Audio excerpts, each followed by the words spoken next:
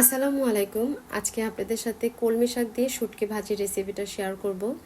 আর এটা খেতে যে কতটা দারুণ হয় সেটা আমরা বাঙালিরা হয়তোবা সবাই খুব ভালো করেই জানি। গরম ভাতের সাথে এরকম একটা ভাজি মানে অসাধারণ লাগে টেস্ট। যে এখনও খাননি আমি বলবো একবার হলেও ট্রাই করার জন্য। এখানে আমি কাচকি মাছের শুটকি নিয়েছি, আপনারা চাইলে কিন্তু মলা মাছের শুটকিটাও নিতে পারেন। আর অবশ্যই তো এখানে কলমি শাকটা লাগবে, কলমি শাকটা খুব ভালো করে ধুয়ে নিব। আর যে কোনো ধরনের শুটকি রান্নার আগে একটুখানি হালকা টেলে নিলে তাহলে শুটকির যে সেন্টটা খুব ভালো পাওয়া যায়। তো আমি হালকা করে একটু টেলে তারপর এর ভিতরে গরম পানি দিয়ে দিব, তবে চুলাটা এখন কিন্তু আমার অফ আছে। হালকা গরম পানি দিয়ে ধুলে মাছের যে উপরে যে ময়লাটা সেটা কিন্তু থাকে না। তো ভালো করে ধুয়ে নিয়ে আসতেছি। আর এখানে আমি কড়াইয়ের ভিতরে আবারও তেল দিয়ে কিছু শুকনো মরিচ টেলে নিব। আর শুকনো মরিচগুলো টালা হয়ে গেলে চুলার পাশে রেখে দিলে কিন্তু বেশ সময় ধরে মুচমুচে থাকবে। তারপরে এই তেলের ভিতরে আমি দিয়ে দিব রসুন আর পেঁয়াজ কুচি।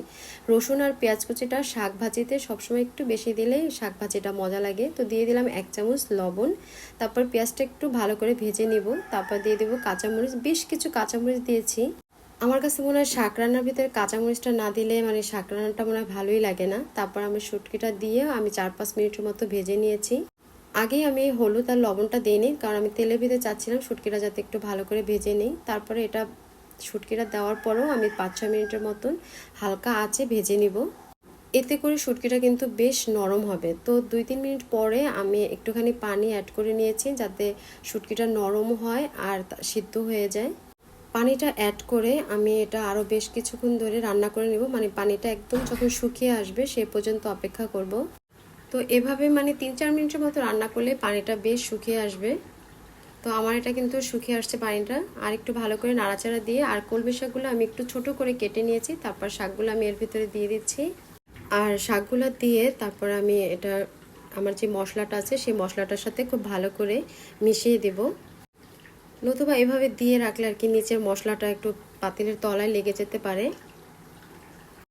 আর আপনাদের সবার কাছে রিকোয়েস্ট থাকলো আমার চ্যানেলটি সাবস্ক্রাইব করার, যদি আমার রেসিপিটি আপনাদের কাছে ভালো লাগে। আর ঢাকনা তুলে তো অবশ্যই কিন্তু কয়েকবার নাড়াচাড়া করে দিতে হবে। আর এ পর্যায়ে আমার চুলার আঁচটা কিন্তু মিডিয়াম টু লোতে রেখে তারপর আমি শাক ভাজিটা করে নিচ্ছি, যাতে করে আর এক্সট্রা কোনো পানি অ্যাড না করতে হয়। এই শাকের থেকে যে পানিটা বের হবে সেটা দিয়ে যেন এই ভাজিটা একেবারে হয়ে যায়। তো বেশ কয়েকবার আমি ঢাকনা তুলে এটা নাড়াচাড়া করে দিয়েছি। আর আমার এটা কিন্তু অলমোস্ট হয়ে গেছে। এখন আমি যে শুরুতে মরিচগুলো টেলে রেখেছিলাম সেখান থেকে কয়েকটা মরিচ আমি হাত দিয়ে একদম গুঁড়ো করে নিয়েছি, তারপরে শাকের ভিতরে দিয়ে দেব। আর এটা কিন্তু অবশ্যই দিবেন, এটা দিলে কিন্তু শাকের টেস্টটা এবং কি ফ্লেভারটা খুবই সুন্দর আসে আর শাকটা খেতেও কিন্তু বেশ দারুণ লাগে। তো আশা করছি আজকের আমার এই রেসিপিটা সবার কাছে ভালো লাগবে। আর ভালো লাগলে প্লিজ আমাকে কমেন্ট সেকশনে একটু জানাবেন। তা আজ এ পর্যন্তই, আল্লাহ হাফেজ।